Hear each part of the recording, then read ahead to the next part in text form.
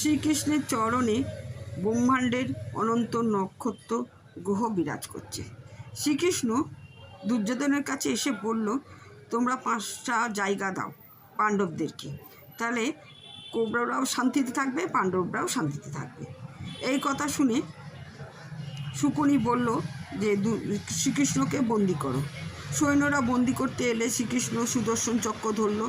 সৈন্যরা ভয়ে পালালো। শ্রীকৃষ্ণ রাজসভা থেকে বেরিয়ে এলো। ধৃতরাষ্ট্র রাজজ্যোতিষীকে ডেকে পাঠিয়ে দুর্যোধনের জন্মকুণ্ডলী দেখালো। জ্যোতিষী বলল, দুর্যোধনের জিত নিশ্চিত, দুর্যোধন জিতবেই, দুর্যোধনের রাজা হবেই। দুর্যোধনের জন্মকুণ্ডলিতে যেসব গ্রহ নক্ষত্র আছে সেগুলো খুব ভালো স্থানে রয়েছে, এই ফলে দুর্যোধন রাজা হবেই। যুদ্ধ শুরু হলো। 8 দিন হয়ে গেল, কৌরবদের অর্ধেকের উপর সৈন্য মারা গেল। ধৃতরাষ্ট্র খুব চিন্তায় পড়ল। রাজজ্যোতিষীকে আবার ডাকে পাঠালো, বলল, তুমি কি জন্মকুণ্ডলী দেখলে, আরেকবার দেখো।